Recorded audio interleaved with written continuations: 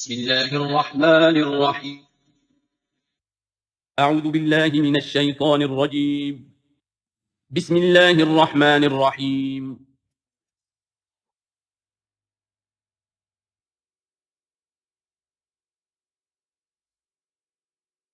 اعوذ باللہ من الشیطان الرجیم بسم اللہ الرحمن الرحیم الف لام میم ذالک الکتاب لا ریب فیہ صدق اللہ العظیم۔ الف لام میم حروف مقطعات ہیں جن کے بارے میں عرض کر چکا ہوں۔ ذالک الکتاب لا ریب فیہ، یہ وہ کتاب ہے اس میں کوئی شک نہیں۔ الکتاب اس لیے کہا گیا ہے کہ قرآن مجید کی پیشین گوئیاں اور خوشخبریاں سابقہ کتابوں میں موجود تھیں، اور چونکہ اس سورہ مبارکہ میں اصل خطاب کا رخ جو ہے وہ ہے سابقہ امت مسلمہ کی طرف، تو ذالک کتاب نہیں کہا گیا، ذالک کتاب لا ریب فیہ نہیں، ذالک الکتاب، یہ وہ کتاب ہے، کتاب موعود ہے جس کی پیشن گوئیاں تورات اور انجیل میں موجود تھی۔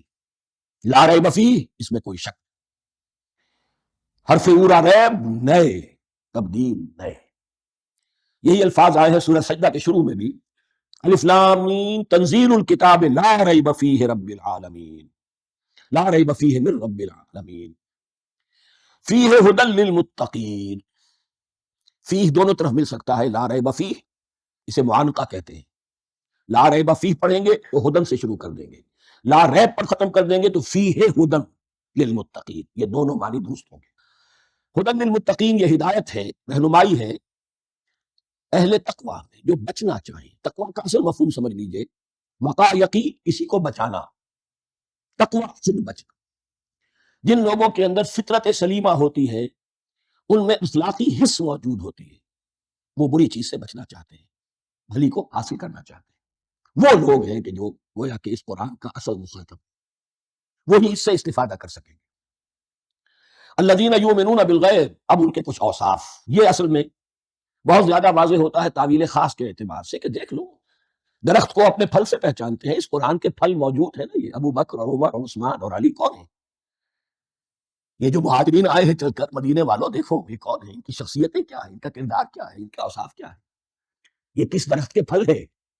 یہ اس بینہ کے پھل ہیں، یہ اس ذکرہ کے پھل ہیں، بینہ رسول من اللہ یتلو صحفا مطہرۃ فیہا کتب قیمہ، یہ اس شجرہ مبارکہ کے پھل ہیں۔ دیکھ لو ان کے کیا شب و روز ہے، الذین یؤمنون بالغیب، جو غیب پر ایمان رکھتے ہیں۔ تعویل عام کے اعتبار سے اس کا بہت اہم مفہوم ہوگا، جو یہ طے کر لے کہ سوائے مادے کی دنیا کے مجھے اس سے آگے جانا ہی نہیں، unless I can verify۔ آپ کو معلوم ہے کہ میٹیریل جو حقائق ہے وہ تو آپ ویریفائی کر سکتے ہیں، آنکھ سے دیکھ سکتے ہیں، کان سے سن سکتے ہیں، ویریفائڈ ہے۔ جو یہ سمجھ لے گا کہ اس کے بیونڈ کچھ نہیں ہے، اس کے لیے قرآن میں کوئی ہدایت۔ ہدایت قرآنی کا نقطہ آغاز یہ ہے کہ انسان یہ سمجھ لے کہ جو اصل حقیقت ہے وہ مستور ہے، نگاہوں سے چھپی ہوئی ہے، سامنے جو کچھ نظر آ رہا ہے۔ ایک انگلستان کے بہت بڑے فلسفی کی کتاب کا عنوان ہے appearance and reality, reality and appearance, Bradley کی کتاب۔ اپیئرنس جو کچھ نظر آ رہا ہے یہ حقیقت نہیں، حقیقت اس کے پیچھے ہے۔ اور کنفیوشس کا ایک جملہ ہے جو بہت بڑا حکیم اور فلسفی تھا، چین کا بہت بڑا حکیم اور فلسفی، اور ہو سکتا ہے کہ نبی ہو، واللہ عالم، ہم کہہ نہیں سکتے۔ اس کی تعلیم بڑی اخلاقی تعلیم ہے، اور اس کا جملہ سنیے، یہ یؤمنون بالغیب کی اس سے زیادہ صحیح تشریح ممکن نہیں۔ There are certain things, there's nothing more real than what cannot be seen, and there's nothing more certain than what cannot be heard۔ وہ حقائق جو آنکھوں سے نہیں دیکھے جا سکتے اور کانوں سے نہیں سنے جا سکتے، ان سے زیادہ یقینی اور واقعی حقائق اور کوئی نہیں۔ There's nothing more real than what cannot be seen، there's nothing more certain than what cannot be heard۔ الذین یؤمنون بالغیب وَيُقِيمُونَ الصَّلَاةَ، نماز قائم کرتے ہیں، وَمِمَّا رَزَقْنَاهُمْ يُنْفِقُونَ، اور جو کچھ ہم نے انہیں دیا ہے اس میں سے خرچ کرتے ہیں، خیر میں، بھلائی میں، نیکی میں، ابنائے نو کی حاجات کو رفع کرنے میں، لوگوں کی تکلیفیں دور کرنے میں، خود اللہ کے لیے، اللہ کی رضا جوئی کے لیے، اللہ کو قرض حسنہ دیتے ہوئے۔ وَالَّذِينَ يُؤْمِنُونَ بِمَا أُنزِلَ إِلَيْكَ وَمَا أُنزِلَ مِن قَبْلِكَ، اور وہ کہ جو ایمان رکھتے ہیں اس پر بھی جو آپ پر نازل کیا گیا ہے، محمد صلی اللہ علیہ وسلم، اور اس پر بھی کہ جو آپ سے پہلے نازل کیا گیا۔ یہ بہت اہم الفاظ ہیں، اس لیے کہ عام طور پر آج کل ہمارے ہاں یہ خیال پھیلا ہوا ہے کہ یہ تورات اور انجیل کے پڑھنے کا کوئی فائدہ نہیں، کوئی ضرورت نہیں، کوئی ضرورت نہیں کی حد تک تو شاید بات صحیح ہو، لیکن کوئی فائدہ نہیں، یہ بالکل غلط ہے۔ یہ ابتدا ہے قرآن کی، اور کس قدر اہتمام کے ساتھ کہا جا رہا ہے، ایمان صرف قرآن پر نہیں، اس پر بھی کہ جو اس سے پہلے نازل کیا۔ اور سورہ نساء کی آیت، اور سورہ نساء نازل ہوئی ہے کہیں جا کر سن 6 ہجری میں، یا ایھا الذین آمنوا آمنوا باللہ ورسولہ والکتاب الذی نزل علی رسولہ والکتاب الذی انزل من قبل۔ تو اس سے ایمان جو ہے تورات پر اور انجیل پر اور زبور پر اور صحف ابراہیم پر، اجمالی ایمان کی جو اہمیت ہے اس کو اچھی طرح سمجھ لیں۔ البتہ یہ ہے کہ چونکہ ہم سمجھتے ہیں اور جانتے ہیں کہ ان کتابوں میں تحریف ہو گئی ہے، لہذا ان کتابوں کی کوئی شے قرآن پر حجت نہیں ہوگی، جو چیز قرآن سے ٹکرائے گی ہم اس کو رد کر دیں گے، ان کتابوں کی کسی شے کو دلیل کے طور پر نہیں لائیں گے۔ لیکن جہاں قرآن مجید کی کسی بات کی نفی نہ ہو رہی ہو تو بہت سے حقائق ہمیں ان کتابوں ہی سے ملتے ہیں۔ انبیاء کے مابین جو زمانی ترتیب ہے، کرونالوجیکل آرڈر جو ہے، وہ تو ہمیں تورات سے ملتا ہے، قرآن میں تو نہیں۔ قرآن میں کبھی حضرت نوح کا ذکر بعد میں ہے، حضرت موسیٰ کا پہلے، وہاں تو کسی اور پہلو سے ترتیب آتی ہے، لیکن وہاں ہمیں تاریخ ملتی ہے، ابراہیم کی، اسحاق کی، یعقوب کی، انبیاء بنی اسرائیل کی، موسیٰ کی، عیسیٰ کی، یہ ساری چیزیں۔ تو اس کی اہمیت جو ہے اس کو سمجھ لیجئے۔ والذین یؤمنون بما انزل الیک وما انزل من قبلک وبالآخرۃ هم یوقنون، آخرت پر وہ یقین رکھتے ہیں۔ نوٹ کرنے والی بات کیا ہے کہ باقی سب چیزوں کے لیے لفظ ایمان آیا، آخرت کے لیے ایقان کیوں؟ واقعہ یہ ہے کہ انسان کے عمل کے اعتبار سے سب سے زیادہ مؤثر شے ایمان بالآخرہ ہے۔ ایمان بالآخرہ ہے تو عمل سیدھا رہے گا کہ ہاں مجھے جواب دہی کرنی ہے، جانا ہے، اٹھنا ہے، اللہ کے حضور حاضری ہے۔ اگر یہ یقین ہے تو عمل صحیح ہوگا۔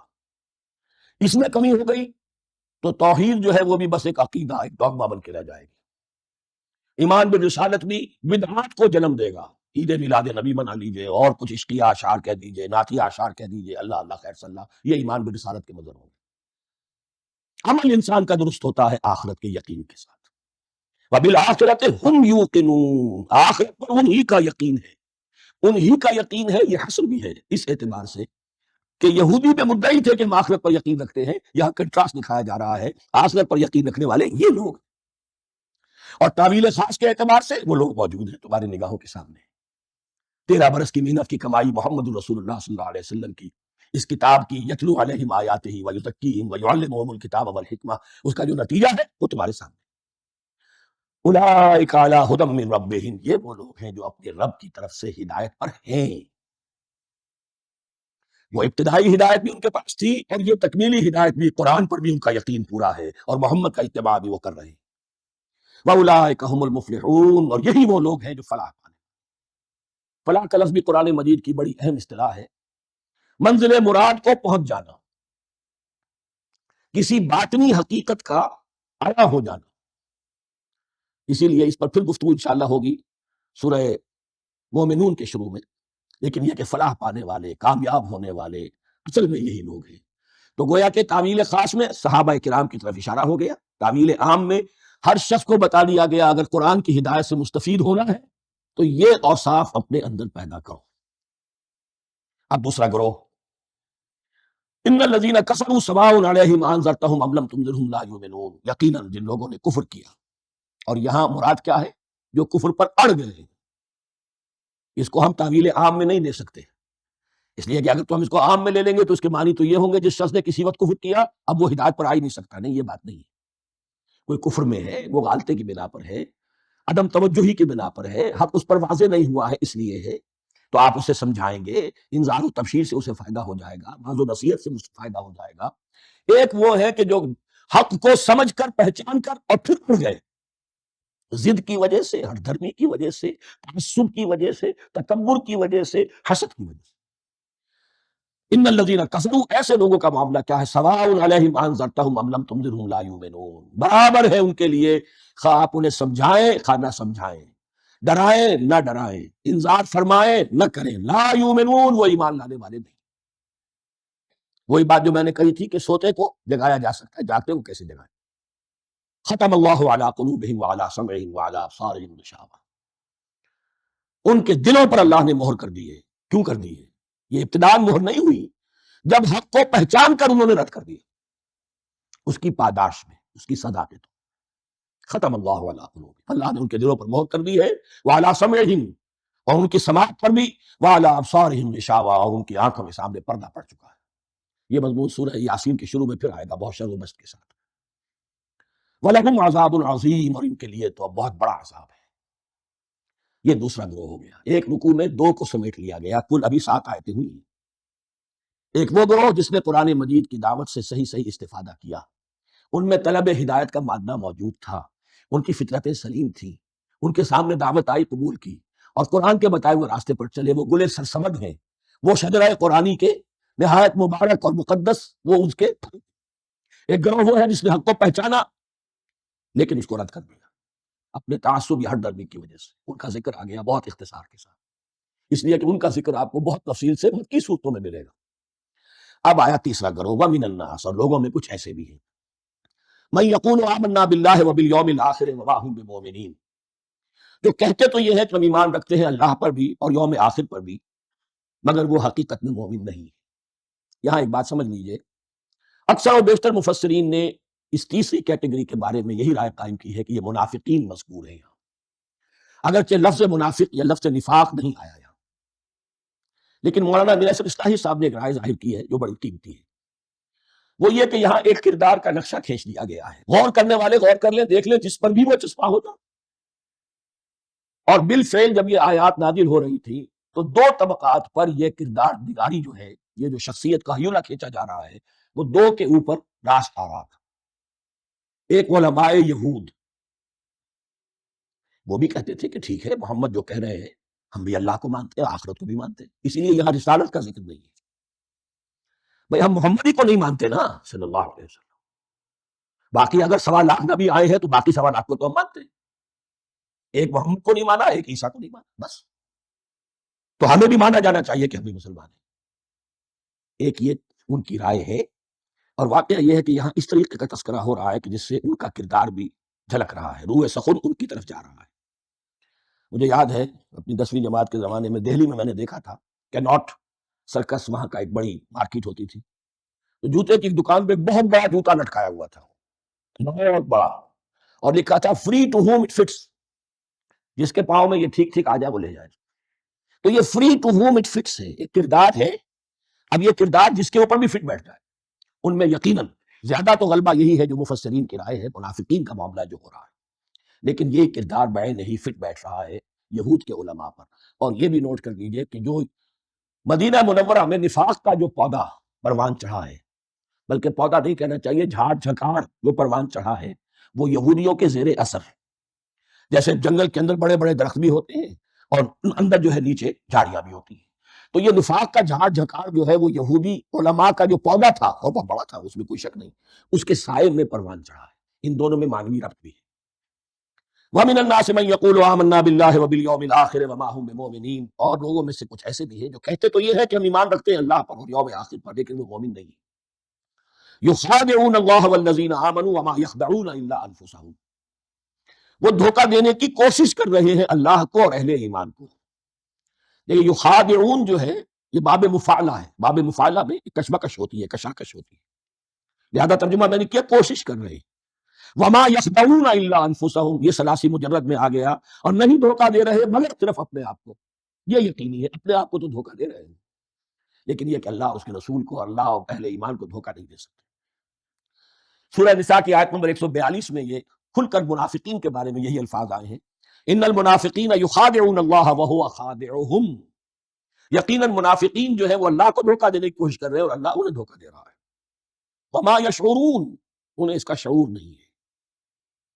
یہ بہت اچھی طرح نوٹ کر لیجیے، منافقین کی بھی اکثریت وہ تھی جنہیں اپنے نفاق کا شعور نہیں تھا، وہ اپنے تئیں سمجھتے تھے اپنے آپ کو مسلمان، وہ کہتے تھے یہ بے وقوف لوگ ہیں، محمد رسول اللہ کے بارے میں کہتے تھے یہ خام خواہ جو ہے انہوں نے لڑائی بھڑائی مول لے لی ہے اہل مکہ کے ساتھ، کیا ضرورت ہے، امن کے ساتھ جو ہے بات کرنی چاہیے۔ وہ سمجھتے تھے ہم خیر خواہ ہیں، ہم بھائی کہہ رہے ہیں، یہ بے وقوف لوگ ہیں، دیکھتے نہیں کہ کس سے ٹکرا رہے ہیں، ہاتھ میں اسلحہ نہیں ہے اور لڑائی کے لیے جا رہے ہیں۔ تو بے وقوف تو یہ ہے، لیکن وہ سمجھتے تھے کہ ہم تو بڑے مخلص ہیں، ہم مصلح ہیں. تو ما یشعرون بہت ضروری. بعض لوگ منافق ایسے بھی تھے کہ جو اسلام میں داخل ہی ہوتے تھے دھوکہ دینے کی خاطر، اور ان پہ پہلے دن سے واضح ہوتا تھا کہ ہم مسلمان نہیں ہیں، ہم نے اسلام کا لبادہ اوڑھا ہے صرف دھوکے کے لیے. اس کا ایک ذکر سورہ آل عمران میں آئے گا. لیکن اکثر و بیشتر منافقین دوسری طرح کے تھے جنہیں اپنے نفاق کا شعور حاصل نہیں تھا. فی قلوبہم مرض، ان کے دلوں میں ایک روگ ہے، بیماری ہے. یہ روگ اور بیماری کیا ہے؟ ایک لفظ میں اس کو تعبیر کیا جائے، کردار کی کمزوری، ویکنس آف کریکٹر. ایک شخص وہ ہوتا ہے کہ جو سمجھتا ہے یہ حق ہے، حق سے بات آباد، اب جو ہو سو ہو. ایک حق کو حق پہچان کر رد کر دیتا ہے، وہ کافر ہو گیا. ایک حق کو حق پہچان کر آیا تو صحیح، لیکن ویکنس آف کریکٹر کی وجہ سے قوت ارادی کمزور ہے. آخرت بھی چاہتے ہیں، دنیا کو بھی ہاتھ سے دینے کو تیار نہیں. یہاں کا بھی کوئی نقصان نہ ہو اور آخرت کا بھی سارا بھلا میں مل جائے. یہ وہ لوگ ہیں در حقیقت کہ اس کو کہا روگ.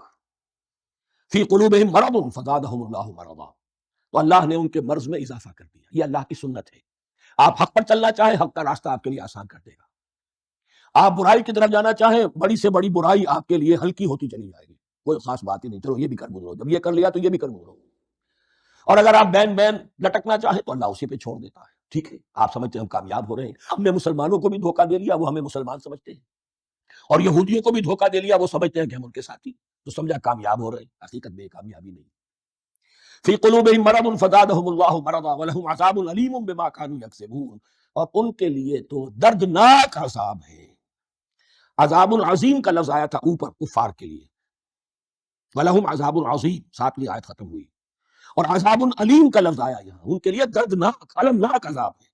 بما کانوا یکذبون، بسبب اس جھوٹ کے جو وہ بول رہے تھے.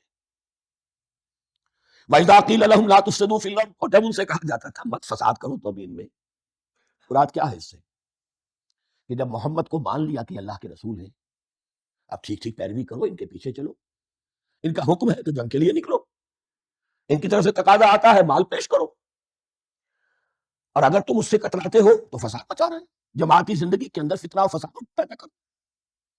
وَإِذَا قِيلَ لَهُمْ لَا تُفْسِدُوا فِي الْأَرْضِ قَالُوا إِنَّمَا نَحْنُ مُصْلِحُونَ، وہ کہتے تھے نہیں ہم تو صلح کرانے والے ہیں، اصلاح کرنے والے ہیں. ہم چاہتے ہیں لڑنا بھیڑنا کوئی اچھی بات نہیں ہے، ٹکراؤ فساد ہو، یہ کوئی اچھے کام تھوڑا ہی ہے.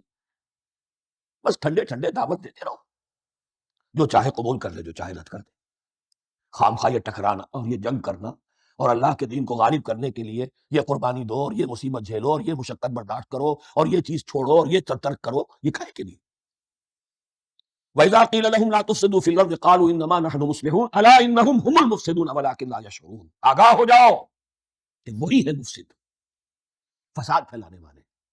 اس لیے کہ محمد رسول اللہ کی دعوت ہے زمین میں اصلاح کے لیے. اس اصلاح کے لیے کچھ آپریشن کرنا پڑے گا. مریض اس درجے کو پہنچ چکا ہے کہ آپریشن کے بغیر اس کی شفا نہیں ہوگی. اب اگر تم اس کے راستے میں رکاوٹ بنتے ہو تو در حقیقت تم فساد مچا رہے ہو، لیکن تمہیں اس کا شعور نہیں. الا انہم هم المفسدون ولکن لا یشعرون. پھر دیکھیے نوٹ کیجیے، شعور نہیں ہے. شعوری نفاق اور شے ہے، غیر شعوری نفاق ہے کہ جس کا یہ سارا تذکرہ ہو رہا ہے. وَإِذَا قِيلَ لَهُمْ آمِنُوا كَمَا آمَنَ النَّاسُ، اور جب ان سے کہا جاتا ہے ایمان لاؤ جیسے دوسرے لوگ ایمان لائے. آخر دیکھو دوسرے یہ اہل ایمان ہیں، جب بلاوا آتا ہے فوراً لبیک حاضر ہوتے، جو بھی ہو. یہ تم جو ہے آخر تم نے اور پرمیشن کیا. وَإِذَا قِيلَ لَهُمْ آمِنُوا كَمَا آمَنَ النَّاسُ قَالُوا أَنُؤْمِنُ كَمَا آمَنَ السُّفَهَاءُ، وہ کہتے ہیں کہ کیا ہم ایمان لائے جیسے یہ بے وقوف لوگ ایمان لائے. انہیں تو اپنے نفع کی فکر، نہ نقصان کی فکر، نہ خطرات کا کوئی خیال، نہ اندیشوں کا کوئی گمان. جان جائے مان جائے، اولاد کو چھوڑ دے، گھر بار چھوڑ کے آ گئے ہیں. ان سے بڑے بے وقوف کون ہوں؟ بال بچے چھوڑ آئے ہیں کفار مکہ کے رحم و کرم پر، سرداران قریش جو چاہے ان کے ساتھ کریں. تو یہ تو بے وقوف لوگ ہیں.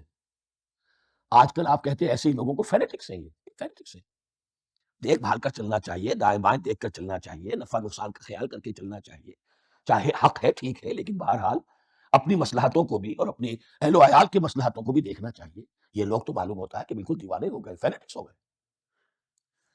وَإِذَا قِيلَ لَهُمْ آمِنُوا كَمَا آمَنَ النَّاسُ قَالُوا أَنُؤْمِنُ كَمَا آمَنَ السُّفَهَاءُ أَلَا إِنَّهُمْ هُمُ السُّفَهَاءُ وَلَٰكِن لَّا يَعْلَمُونَ، آگاہ ہو جاؤ کہ وہی بے وقوف ہے لیکن انہیں علم نہیں ہے۔ وہ صادق الایمان جو ایمان کے ہر تقاضے کو پورا کرنے کے لیے ہر وقت حاضر ہے، ان سے بڑا عقل مند کوئی نہیں، ان سے بڑا سمجھدار کوئی نہیں۔ انہوں نے یہ جان لیا ہے کہ اصل زندگی آخرت کی زندگی، یہ نہیں ہے، یہ تو عارضی ہے، کل نہیں آج ختم ہو جائے، آج نہیں ابھی ختم ہو جائے، کیا فرق پڑے گا؟ جانا تو ہے، اب نہیں تو کل، کل نہیں تو پرسوں، جانا تو ہے۔ تو عقل تو ان کے اندر ہے۔ الا انہم هم السفہاء ولکن لا یعلمون واذا لقوا الذین آمنوا قالوا آمنا، اور جب یہ ملتے ہیں ان سے جو اہل ایمان ہیں تو کہتے ہیں ہم بھی ایمان رکھتے ہیں۔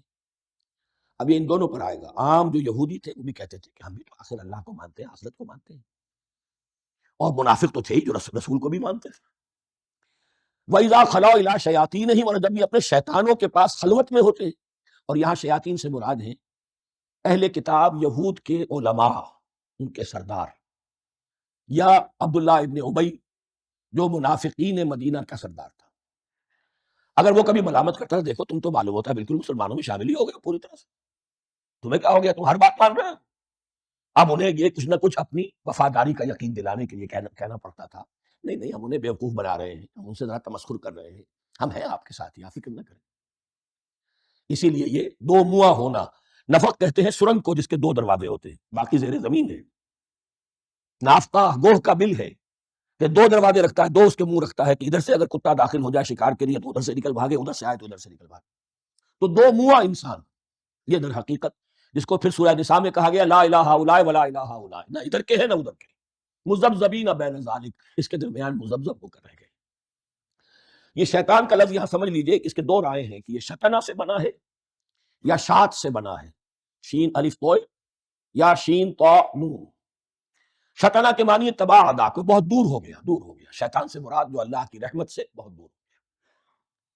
اور شاتا یشیتو کے معنی ہے احترق غضبا وحسدا، کوئی شخص غصے اور حسد کے اندر جل رہا ہو، وہ شاتا یشیتو ہے۔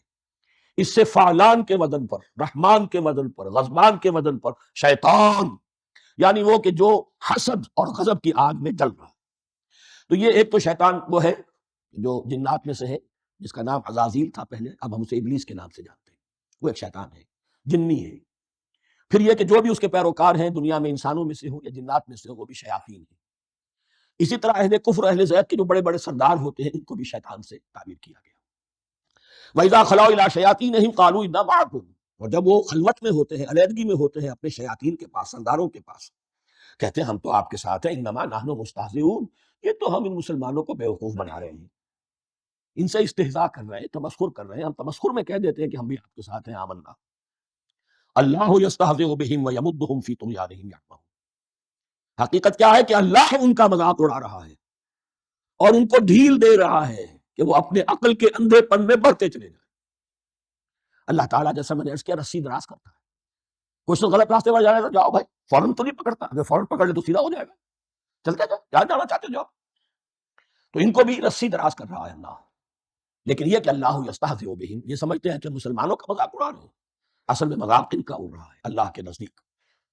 وَيَمُدُّهُمْ فِي طُغْيَانِهِمْ يَعْمَهُونَ، اب یہاں ذرا نوٹ کر لیجئے، یہ دو لفظ آئیں گے، عین میم اور ہا، امہ ہے کے ساتھ، ایک ہے عین میم اور یا امگی، تو عین اور میم تو مشترک ہے یا آخر میں فرق ہوگا، عین میم اور ہا ہوگا، اس کے معنی عقل کا اندھا، دل کا اندھا، آنکھیں تو ہے لیکن دل کا اندھا ہے، عقل کا اندھا ہے۔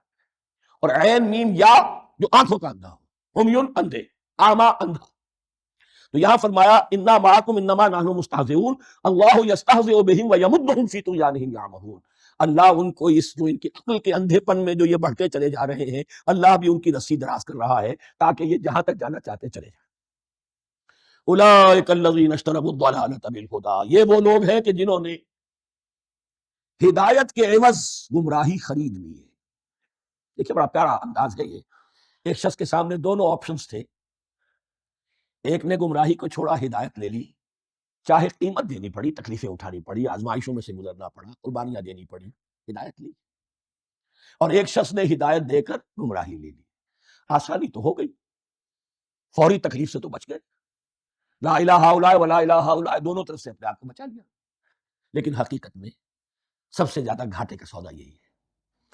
اولئک الذین اشتروا الضلالۃ بالہدی، ہدایت دے کر اور ضلالت خرید لی. فما ربحت تجارتہم، تو ان کی تجارت ان کے حق میں ہرگز مفید نہیں ہوئی. اب یہاں بھی دیکھیے، را با اور ہے ہا، ربحا، اس کے معنی نفع، صحیح نفع، جائز نفع. را با اور وا، ربا، وہ سود، وہ بھی اضافہ ہے، وہ بھی بڑھوتری ہے، لیکن وہ حرام ہے. ایک ہے تجارت کے اندر جو نفع ہو جائے وہ ربح ہے. را با اور ہا یہ نفع ہے جو جائز نفع ہے. را با اور وا، ربا، یہ کیا ہے؟ یہ سود ہے، یہ حرام. را اور با مشترک ہے، آگے ہا، آگے اور ما، اس کا فرق ہے. فما ربحت تجارتہم وما کانوا مہتدین، ان کی تجارت ان کے حق میں ہرگز مفید نہیں ہوئی اور نہیں ہے اب یہ ہدایت پانے والے. مثلہم، اب یہاں دو تمثیلیں آ رہی ہیں بڑی پیاری. پہلی تمثیل ہے کفار کے بارے میں، دوسری تمثیل ہے یہ بین بین والے لوگوں کے بارے میں. پہلوں کے لیے کیا تمثیل ہے؟ مثلہم کمثل الذی استوقد نارا، ان کی مثال اس شخص کی سی ہے جس نے آگ روشن کی. ایک نقشہ کھینچا جا رہا ہے. اندھیری شب ہے جدا اپنے قافلے سے ہے تو، تیرے لیے ہے میرا شعلہ نوا قندیل. اندھیری شب ہے، قافلہ بھٹک رہا ہے. کچھ لوگ بڑی ہمت کرتے ہیں، اندھیرے میں بھی ادھر ادھر سے لکڑیاں جمع کرتے ہیں اور آگ روشن کر دیتے ہیں. لیکن عین اس وقت جب آگ روشن ہوتی ہے کچھ لوگوں کی بینائی سلب ہو جاتی. پہلے وہ اندھیرے میں اس لیے تھے کہ روشنی نہیں تھی، اب وہ اندھیرے کے اندھیرے میں رہ گئے کہ روشنی تو خارج میں آ گئی، اپنی اندر کی روشنی گل ہو گئی، بصارت سلب. یہ مثال ہے ان کفار کی کہ حضور کی آمد سے پہلے سب بھٹک رہے تھے، کوئی حقیقت واضح نہیں تھی، قافلہ انسانیت بھٹک رہا تھا اندھیری شب میں. محمد رسول اللہ آئے، انہوں نے آگ روشن کر دی، اب راستہ کھل گیا، ہدایت واضح ہو گئی. لیکن کچھ ضد یا تعصب یا تکبر یا حسد کی بنیاد پر کچھ لوگوں کی اندر کی بینائی زائل، تو وہ تو ویسے کے ویسے بھٹک رہے ہیں جیسے پہلے اندھیرے میں تھے، ویسے ہی اب اندھیرے میں ہیں. روشنی میں آنے والے تو وہ ہیں، دیکھ لو جن کا ذکر سب سے پہلے ہوا ہے. مثلہم کمثل الذی استوقد نارا، اس شخص کی سی ہے کہ جس نے آگ روشن کی. فلما اضاءت ما حولہ، جب اس آگ نے اپنے ماحول کو، گردا گرد کو روشن کر دیا، ذهب اللہ بنورہم، اللہ ان کی نور بصارت کو لے گیا، سلب کر لیا اللہ نے. وترکہم فی ظلمات لا یبصرون، اور چھوڑ دیا انہیں ان اندھیروں کے اندر کہ وہ کچھ نہیں دیکھتے. صم بکم عمی فہم لا یرجعون، اسم کہتے ہیں بہرے کو، سم جمع ہے اس کی، سم. اب کمو کہتے ہیں گونگے کو، بکم اس کی جمع ہے. آما کہتے ہیں اندھے کو، عمیٌ اس کی جمع ہے. یہ بہرے ہیں، گونگے ہیں، اندھے ہیں. فہم لا یرجعون، اب یہ لوٹنے والے نہیں. یہ کون ہے؟ ابو جہل ہے، ابو لہب ہے، ولید بن مغیرہ ہے، عقبہ ابن ابی معیط ہے. یہ سب کے سب ابھی زندہ ہے جب یہ آیات نازل ہو رہی ہیں. ابھی تو غزوہ بدر ہوگا سن 2 ہجری میں، اور اس میں یہ سب جو ہے واصل جہنم ہوں گے، ابھی تک تو ہے نا. یہ لوگ ہو گئے اس کی مثال. ومثلهم كمثل الذي استوقد نارا فلما اضاءت ما حوله ذهب الله بنورهم وتركهم في ظلمات لا يبصرون صم بكم عمي فهم لا يرجعون. اب دوسری مثال، او كصيب من السماء، یا بڑی زور کی بارش برس رہی ہے آسمان سے، فيه ظلمات، اس میں اندھیرے بھی ہیں، ورعد، اور گرج ہے، وبرق، اور بجلی چمک رہی ہے. يجعلون اصابعهم في اذانهم من الصواعق حذر الموت، کچھ لوگ ہیں کہ جو اپنی انگلیاں اپنے کانوں کے اندر ٹھوسے ہوئے ہیں کہ وہ جو کڑک ہے اس سے ان کی جانیں نہ نکل جائیں، موت نہ آ جائے. کڑکا ایسا ہے کہ اس کڑکے سے بچنے کے لیے اپنی انگلیاں اپنی کانوں میں ٹھوس رکھی، حذر الموت، موت کے خوف سے. واللہ محیط بالکافرین، اللہ ایسے کافروں کا احاطہ کیے ہوئے، بچ کر کہاں جائیں گے. یکاد البرق یخطف ابصارہم، قریب ہے کہ بجلی ان کی نگاہوں کو لے جائے، ان کی بینائی کو سلب کر لے. کلما اضاء لہم، لیکن ہوتا کیا ہے، جب ذرا روشنی ہوئی تو چل لیے. مشوا فیہ، بجلی چمکی، کچھ نظر آ گیا دائیں بائیں تو کچھ تھوڑا سا چل لیے. وَإِذَا أَظْلَمَ عَلَيْهِمْ، اور جب تاریکی ان پر طاری ہو گئی، قاموا، کھڑے کے کھڑے رہ گئے. یہ نقشہ ہے ان کا کہ ایک طرف بارش ہو رہی ہے، قرآن مجید ہے، آسمان سے نازل ہو رہا ہے، یہ ماہ مبارکہ ہے، یہ کتاب مبارکن ہے. لیکن یہ کہ اس کے ساتھ کڑکے ہیں، گرج ہے، کفر سے مقابلہ ہے، کفر کی طرف سے دھمکیاں ہیں. اندیشے ہیں، خطرات ہیں، امتحانات ہیں، آزمائشیں ہیں۔ ذرا کہیں حالات کچھ بہتر ہوئے، کچھ جسے بریدنگ سپیس کہتے ہیں ملی، تو تھوڑا سا چل لیے، ہم بھی مسلمان ہیں، کوئی خاص موقع نہیں ہے، کسی جنگ کے لیے بلایا نہیں جا رہا ہے، تو بڑھ چڑھ کے باتیں کر رہے ہیں، اپنے ایمان کا اظہار بھی کر رہے ہیں۔ جیسے ہی کوئی آزمائش آئی، قاموا، ٹھٹک کر کھڑے کے کھڑے رہ گئے۔ وَلَوْ شَاءَ اللَّهُ لَذَهَبَ بِسَمْعِهِمْ وَأَبْصَارِهِمْ، اللہ چاہتا تو ان کی سماعت اور بصارت کو بھی سلب کر لیتا، لیکن اللہ کا قانون یہی ہے، جو جہاں رہنا چاہے اس نے آزادی ارادہ دی ہے انسان۔ تم اگر مومن صادق بن کر رہنا چاہتے ہو، اس کو آسان کر دے گا تمہارے لیے۔ تم نے اپنے تعصب کی وجہ سے، اپنے تکبر کی وجہ سے کفر کا راستہ اختیار کیا، اللہ اسی کو کھول دے گا۔ تم بیچ میں لٹکنا چاہتے ہو، لٹکتے رہو، اللہ تعالیٰ جو ہے جبرن کسی کو نہ حق پہ لائے گا، نہ جبرن کسی کو باطل پر لے کر جائے گا۔ اس لیے کہ جبر اگر ہو تو پھر امتحان کا معاملہ ختم، پھر جزا و سزا بیکار ہے، غیر منطقی ہے، غیر معقول ہے۔ ان اللہ علی کل شیء قدیر، یقیناً اللہ تعالیٰ ہر چیز پر قادر ہے۔ یہ دو رکوع اس اعتبار سے کہ انسانی شخصیتوں کا سمجھنا، اور جیسا کہ میں نے عرض کیا، تعویل عام ذہن میں رکھیے، جب بھی کبھی کوئی دعوت حق اٹھے گی، اگر وہ واقعتاً کل کے کل حق کی دعوت ہے اور اس میں انقلابی رنگ ہے کہ باطل سے پنجہ آزمائی کرنی ہے، باطل کو نیچا دکھانا ہے، حق کا غلبہ کرنا ہے، تو یہ تین قسم کے افراد لازماً ہمیشہ وجود میں آ جائیں کو پہچاننا، ان کے کردار کی جو اصل جو اس کے پیچھے پس منظر ہے اس کو جاننا بہت ضروری ہے۔ اب جو تیسرا رکوع آ رہا ہے سورہ بقرہ کا، اس میں قرآن کی دعوت کا خلاصہ ہے۔ قرآن کیا ماننے کی دعوت دیتا ہے، اس کی پکار کیا ہے۔ جیسا کہ میں عرض کر چکا ہوں، 2/3 قرآن پہلے نازل ہو چکا ہے، پس منظر میں ہے۔ ہمارے لیے اس ترتیب مصحف کے اعتبار سے وہ قرآن بعد میں آئے گا، ترتیب نزول کے اعتبار سے وہ پس منظر میں موجود ہے، لیکن چونکہ یہاں پر مصحف کے اندر یہاں سے آغاز کیا جا رہا ہے، لہذا اس کا خلاصہ جو ہے لب لباب یہ ایک رکوع میں، اور قرآن کے فلسفے کا اور اس کے بعد نہایت ہی اہم جو موضوعات ہیں اور مسائل ہیں ان کا ذکر پھر چوتھے رکوع۔ ابھی ہم تیسرا رکوع پڑھ رہے ہیں۔ یا ایھا الناس اعبدوا ربکم الذی خلقکم والذین من قبلکم لعلکم تتقون، اے لوگوں بندگی اختیار کرو اپنے اس رب کی، اپنے اس مالک کی جس نے تمہیں پیدا کیا، اور نہ صرف تم کو پیدا کیا، تم سے پہلے جتنے لوگ گزرے انہیں بھی پیدا کیا تاکہ تم بچ سکو۔ یہ قرآن کی دعوت کا خلاصہ ہے، اور یہ نوٹ کر لیجئے، یہ تمام انبیاء اور رسل کی دعوت یہی تھی۔ ہم جب پڑھیں گے سورہ اعراف پڑھیں گے، سورہ شعراء پڑھیں گے، ایک ایک کا نام لے کر، ان اعبدوا اللہ واطیعون، ہر رسول کی دعوت یہ تھی، اللہ کی بندگی کرو، میری اطاعت کرو۔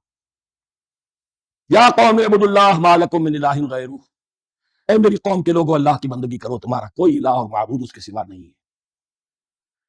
پھر حضور قرآن یہی عبادت رب انسان کی تخلیق کی غایت ہے، وما خلقت الجن والانس الا لیعبدون، ہم نے جنوں اور انسانوں کو پیدا ہی صرف اس لیے کیا ہے کہ ہماری بندگی کریں۔ لیکن یہاں ایک فرق بہت بڑا ہے، تمام رسولوں کی دعوت یہی ہے، محمد رسول اللہ کی بھی یہی ہے، لیکن بڑا فرق کیا ہے؟ باقی تمام رسولوں کی دعوت آپ کو ملے گی یا قوم، اے میری قوم کے لوگوں، یہاں ہے یا ایھا الناس، اے بنی آدم، اے بنی نوع انسان۔ معلوم ہوا کہ تمام رسول حضور سے پہلے صرف اپنی اپنی قوموں کی طرف آئے، پہلے اور آخری اور کامل رسول ہیں اللہ کے محمد صلی اللہ علیہ وسلم، جن کی دعوت آفاقی ہے۔ یا ایھا الناس، یا قوم نہیں، یا ایھا الناس اعبدوا ربکم الذی خلقکم والذین من قبلکم۔ اس میں دلیل بھی آ گئی کہ عام طور پر لوگ جو ہے غلط راستے پر اس دلیل سے جمے رہتے ہیں کہ ہمارے آباء و اجداد کا راستہ یہی تھا۔ تو بھائی جیسے تم مخلوق ہو ایسے وہ بھی تو مخلوق تھے، جیسے تم خطا کر سکتے ہو وہ بھی تو خطا کر سکتے تھے۔ لہذا یہ نہ دیکھو کہ آباء و اجداد کا راستہ کیا تھا، دیکھو یہ کہ لعلکم تتقون، تاکہ تم بچ جاؤ، دنیا میں افراط و تفریط کے دھکوں سے بچ جاؤ گے، آخرت میں اللہ کے عذاب سے بچ جاؤ گے۔ ان دونوں سے اگر بچنا ہے تو اللہ کی بندگی کی روش اختیار کرو۔ اچھا کس رب کی؟ الذی جعل لکم الارض فراشا والسماء بناء، جس نے تمہارے لیے زمین کو فرش بنا دیا اور آسمان کو چھت بنا دیا۔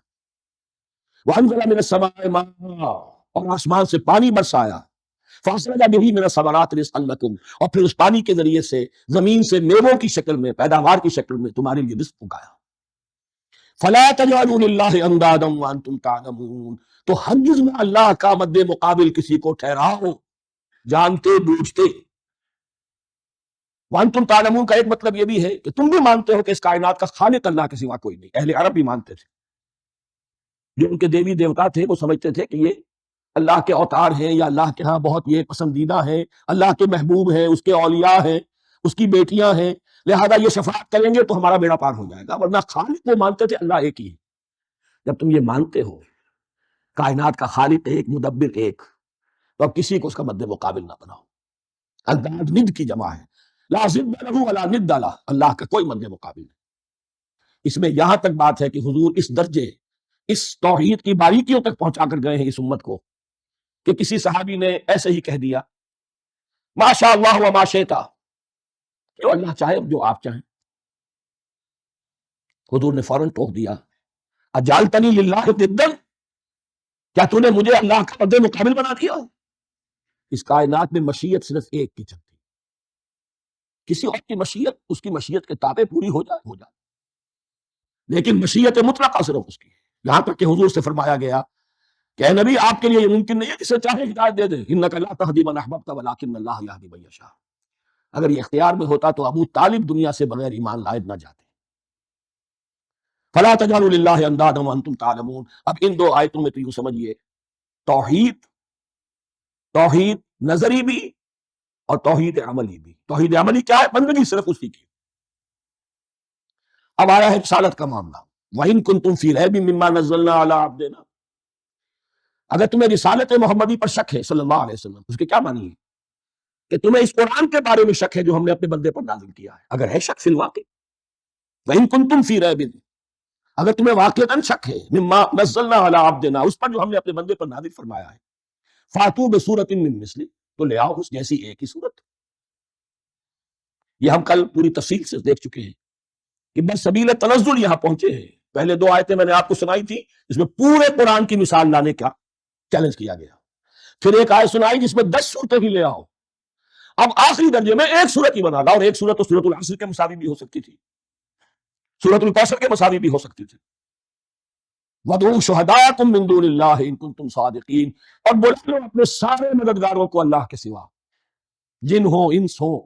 اس لیے کہ قریش کا خیال یہ تھا کہ جو شعراء ہوتے ہیں ان کے پاس جن ہوتے ہیں، وہ جن انہیں سکھاتے ہیں، ورنہ عام آدمی تو یہ شعر نہیں کہہ سکتا۔ تو تمہارا کوئی گمان ہے کوئی جنات سکھانے والے ہیں، کوئی انسان ہے، خطیب ہے، شعراء ہے، ادیب، سب کو جمع کر ان کنتم صادقین۔ اب یہ ہے بہت ہی، جس کو میں نے کل کہا تھا آپ کو یاد ہوگا، قرآن کا انداز کیا ہوتا ہے کہ وہ اپنے اندر جھانکنے کی دعوت دیتا ہے۔ یہ گویا کہ آنکھوں میں آنکھیں ڈال کر یہ کہا جا رہا ہے کہ حقیقت میں تمہیں کوئی شک نہیں ہے، یہ تم بات بنا رہے ہو صرف۔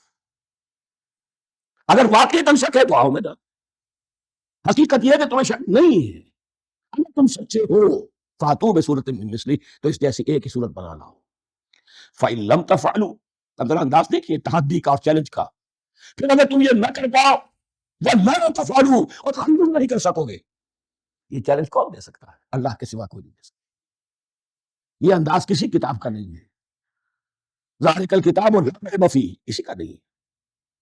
فَإِن لَمْ تَفْعَلُوا وَلَن تَفْعَلُوا، پھر اگر تم نہ کر پاؤ، تم ہرگز نہیں کر پاؤ گے، فَاتَّقُوا النَّارَ الَّتِی وَقُودُهَا النَّاسُ وَالْحِجَارَةُ، تو ڈرو اس آگ سے جس کا ایندھن بنے گے انسان اور پتھر۔ اعدت للکافرین، کافروں کے لیے تیار کر لی گئی ہے، بھڑکا دی گئی ہے۔ پتھروں کا ذکر خاص طور پر کیوں ہے؟ وہ اس کے امکانات ہیں۔ آپ کو معلوم ہے کہ وہ جو پتھر کا کوئلہ ہوتا ہے اس کی آگ بڑی سخت ہوتی تھی، عام جو ہمارا یہ لکڑی کا کوئلہ ہوتا ہے اس کے مقابلے میں۔ اور دوسرے یہ بھی کہ چونکہ انہوں نے جو معبود تراش رکھے تھے وہ پتھر کے ہوتے تھے، تمہارے ساتھ ہی تمہارے ان معبودوں کو بھی جھونکا جائے گا، وہ بھی جلیں گے، تاکہ تمہاری حسرت کے اندر اضافہ ہو۔ ان سے ہم دعائیں مانگا کرتے تھے، ان کے سامنے ماتھے ٹیکتے تھے، ان کے سامنے ڈنڈوت کرتے تھے، ان کو چڑھاوے چڑھاتے تھے۔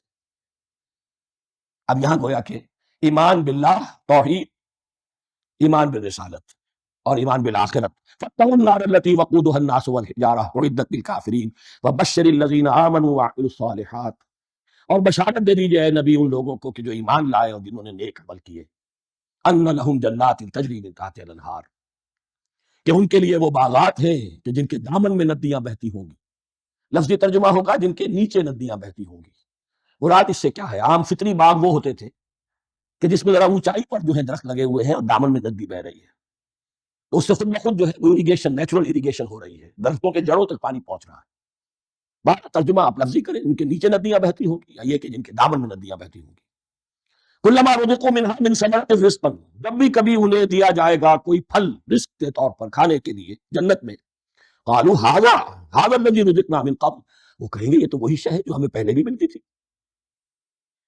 اس کا ایک مفہوم یہ ہے، یہ جو نزل ہے، ابتدائی جو ہے دعوت ہے، ابتدائی ضیافت جو ہوگی اس میں وہی چیزیں کہ جو معروف ہے، جانی پہچانی، یہ رمان، یہ دیکھیے یہ انار آ رہا ہے خوبصورت، یہ انگور ہے خوبصورت، یہ نخیل ہے، یہ نخل ہے، یہ رطب ہے، لیکن ذائقے کی کوئی نسبت و تناسب بھی نہیں ہے۔ وہ کہیں گے یہ وہی شے ہے جو ہمیں پہلے ملتی تھی، وہ تو بھی متشابہ، مشابہ تو ہوگی وہ، لیکن ان کے ذائقے میں زمین و آسمان کا فرق ہوگا۔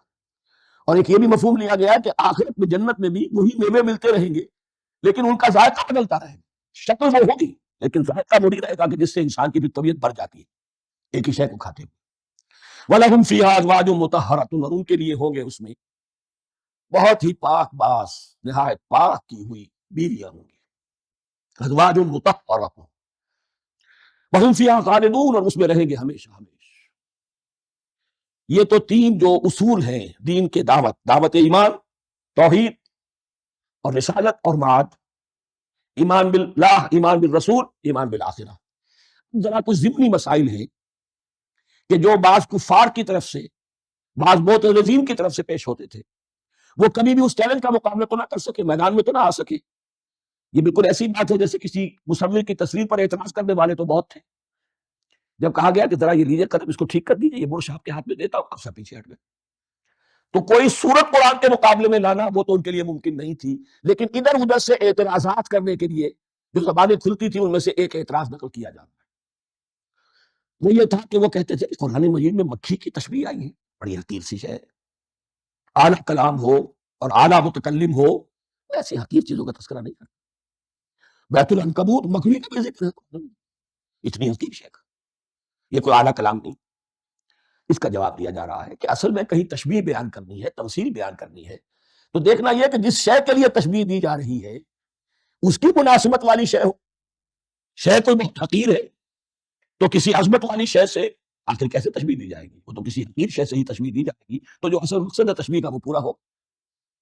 ان اللہ لا یستحی ان یضرب مثلا ما بعوضۃ فما فوقها، اللہ تعالیٰ کو تو اس میں کوئی جھجک نہیں ہے، کوئی شرم نہیں ہے کہ وہ مچھر کی مثال بیان کرے، تو اس سے اوپر، اب یا فوقہا میں دونوں معنی ہو جائیں گے، یعنی کمتر اور حقیر ہونے میں اس سے بھی بڑھ کر، یا یہ کہ اس سے اوپر کی کوئی شے اس کی مثال دینے میں اللہ کو کوئی جھجک نہیں، اس لیے کہ مکھی بھی بہرحال مچھر سے تو ذرا بڑی شے ہے، اس معنی میں بھی ہو سکتا ہے فوقہا، اور فوقہا اس معنی میں بھی کہ اس سے بھی حقیر ہونے میں اس سے بھی بڑھ کر۔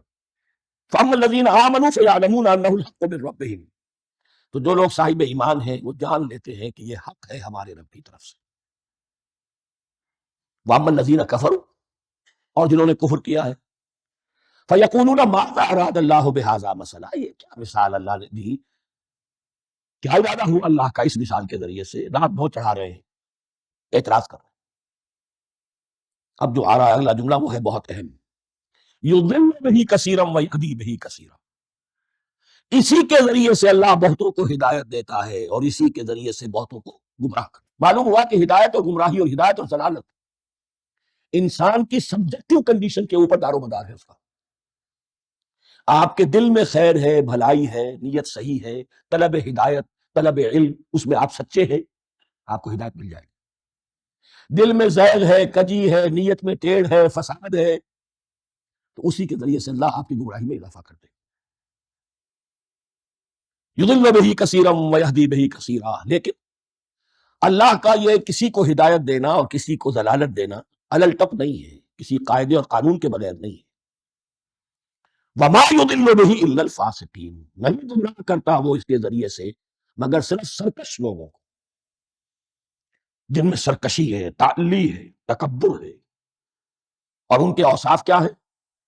الذین ینقضون عہد اللہ من بعد میثاقہ، جو توڑ دیتے ہیں اللہ کے ساتھ کیے ہوئے عہد کو، اور سب سے بڑا عہد یہ سورہ اعراف میں چل کر آئے گا، عہد الست، عالم ارواح میں ہم عہد الست کر کے آئے، الست بربکم قالوا بلا، کیا میں ہی نہیں ہوں تمہارا رب؟ تمام ارواح نے، میں بھی تھا، آپ بھی تھے، سب تھے، کل انسان، جتنے انسان دنیا میں آج تک آ چکے ہیں وہ بھی تھے، جو آنے ہیں ابھی قیامت تک وہ بھی تھے، لیکن تھے صرف ارواح کی شکل میں، جسم نہیں تھے۔ اور یہ میں آپ کو بتا چکا ہوں، مکمل وجود ہے انسان کا روحانی وجود، اولاً تخلیق اس کی ہوئی تھی، اسی سے آگے چل کر ایک بہت فلسفے کا بہت گہرا مضمون آ رہا ہے آگے چل کر۔ وہ جو ہے الست بربکم قالوا بلا، انہوں نے اس عہد کو توڑا، اللہ کو اپنا مالک اور خالق اور اپنا حاکم جاننے کی بجائے خود حاکم بن کر بیٹھ گئے۔ الیس لی ملک مصر، کیا مصر کی بادشاہی میری نہیں ہے؟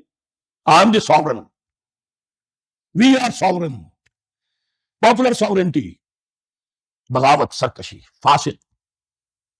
وما يضل به الفاسقين الذين ينقضون عهد الله من بعد ميثاقه ويقطعون ما امر الله به ان يوصل، اور کاٹتے ہیں وہ چیز جسے اللہ نے جوڑنے کا حکم دیا ہے، اللہ نے صلہ رحمی کا حکم دیا ہے، یہ قطع رحمی کرتے ہیں، مال کی طلب میں بھائی بھائی کو ختم کرتا ہے، اس کے مال کو ہتھیانے کے لیے، اپنے ذاتی اغراض کے لیے، تمام اخلاقی حدود جو ہے انسان پر پیش ڈال دیتا، اپنا تکبر، اپنے لیے تعلی۔